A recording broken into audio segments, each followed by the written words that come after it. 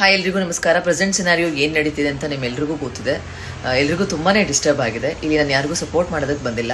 ಆ ದೇವರು ರೇಣುಕಾ ಸ್ವಾಮಿಯವರ ಫ್ಯಾಮಿಲಿಗೆ ಆದಷ್ಟು ಶಕ್ತಿ ಕೊಡಲಿ. ಆದರೆ ರೇಣುಕಾ ಸ್ವಾಮಿಯವರು ಏನಿದ್ದಾರೆ, ಅವರು ಇನ್ನೂ ಒಂದು 2-3 ಜನಕ್ಕೆ ಈ ರೀತಿ ಒಂದು ಮೆಸೇಜ್ ಕಳಿಸಿದ್ರು. ಅದಕ್ಕೆ ಮಾರ್ಚಲ್ಲಿ ಬಸವೇಶ್ವರ ಪೊಲೀಸ್ ಸ್ಟೇಷನಲ್ಲಿ ಕಂಪ್ಲೇಂಟ್ ಲಾಡ್ಜ್ ಆಗಿತ್ತು. ಆ್ಯಂಡ್ ಅವರ ಒಂದು ಅಕೌಂಟು ಈ ಹೆಸರಲ್ಲಿತ್ತು, Gautam_KS_1990 ಅಂತ. ನಾನು ಒಂದು ನ್ಯೂಸಲ್ಲಿ ನೋಡಿದೆ, ನೋಡಿ ಪಿಕ್ಚರಲ್ಲಿ ತೋರಿಸ್ತಾ ಇದ್ದಾರೆ.